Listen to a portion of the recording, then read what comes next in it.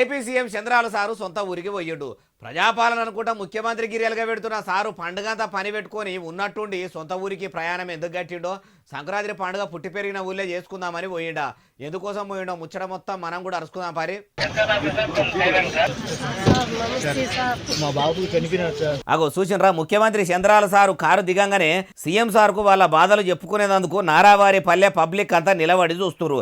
చంద్రాల sir రాగానే కొందరు వాళ్ళ బాధలన్నీ చెప్పి, మీరే దిక్కు సారు, దిక్కులేనోళ్లకు దేవుడే దిక్కు అన్నట్టు మీరే మాకు దిక్కు, మా బాధలు వాపాలని వాళ్ళ బాధలు గోసలు రందులు అన్నీ కూడా కాగితాల మీద రాసిస్తే అందరి తాన తీసుకున్నాడు. గోసలు అరుచుకునేందుకే పని కట్టుకొని పోయిండా అంటే కాదు, తిరుపతిలో 3 రోజులు పర్యటన పెట్టుకున్నాడు కదా.